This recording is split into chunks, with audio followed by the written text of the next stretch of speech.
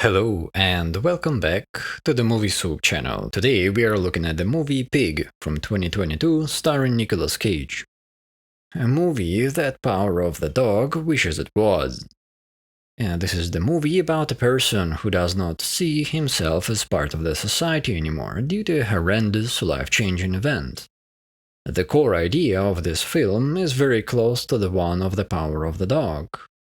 However, in my opinion, this film does a much better job of delivering the point and portraying a situation rather than distracting with deliberately unfitting casting and flashy scenes.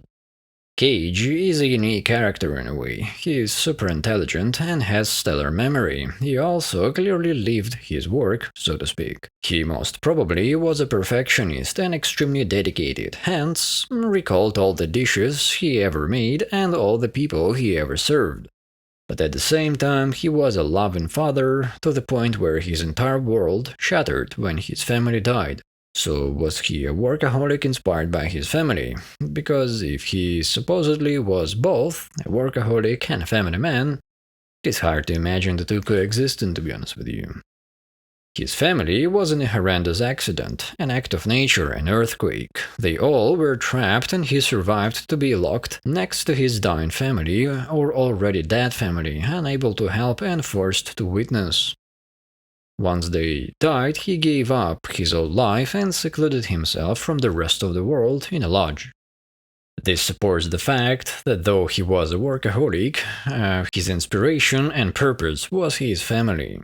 He chose to isolate and ignore his loss and found solace in the pig. It turned out to be a devoted and loving companion, even gave him some kind of a new purpose in life, but at the same time it was one-sided relationship since the animal cannot communicate back, so he could imagine the responses and construct a life of sorts for himself with the pig. The pig embodied the life long gone for him, and it gave him peace, but it also left him vulnerable, and when the pig got stolen, the reality started to uncover for him. Even during the act of theft, the pig's screams are demonstrated in such a way that it has a huge emotional impact on the viewer. Animal violence is a horrendous thing, and I by no means am trying to say that pigs' screams or that of any other animal are not a horrible thing. But you have to admit that when you heard it for the first time, it hit you pretty hard emotionally. I think that's due to the masterful introduction preceding this scene. You can hear him losing his family in that scream. So when the pig is gone, for him, that is his old life gone, this time for good, and he does not allow even the smallest of thoughts of that and jumps headfirst into the search and rescue. He is willing to unravel some parts of his old life in an effort to get it back, using his name and old connections to get the information and resources required along the way. The movie shows his progress towards reopening himself to the people and the world in general, by connecting with the buyer, that kid, by interacting with Chef, Derek, and Baker and the Face Mash Rodeo. But you also can see the hesitancy from his end, or rather, you can see him seeing the futility of life without the quote-unquote pig. As it is said in the title of this movie, we don't get a lot of things to care about. I like how the movie leads us to believe, though only a little, that he might have a way to recover when he decides to forgive the kid and press his father in part 3 of the movie. But then the news of the pig's death is an amazingly directed, sudden, and extremely impactful twist. Just consider this. It was a pig that was stolen. Yes, it's a horrific loss, but it's like his kid was kidnapped, and the animal happened to have died before it reached the buyer. Nothing exceptional there, but what the pig embodied and the strength of the connection he developed with it, which was masterfully presented on the screen, is what makes us sympathize deeply with the loss.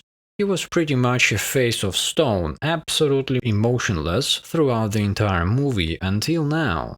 Until he learned the pig is dead, until he learned his life has no more meaning. He has nothing left to care about, he is crushed, his emotions flooded him. The buyer is the world that has moved on since the time he went into seclusion. He does not understand it, nor does he want to.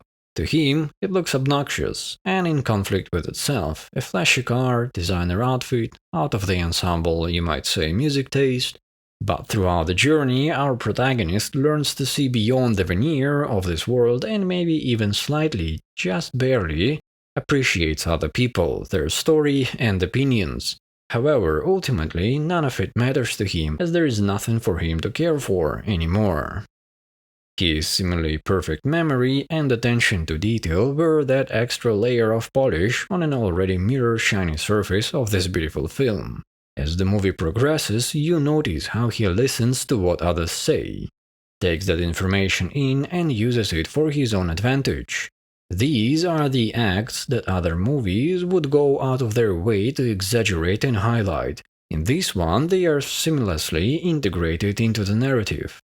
I also found myself asking whether he is a genius in reference to him remembering all his customers and dishes, or if it is a result of him caring for what he was doing. Just try to put yourself in his position. You care about your family, let's say a daughter and a wife, and you care about your work, which happens to be a craft.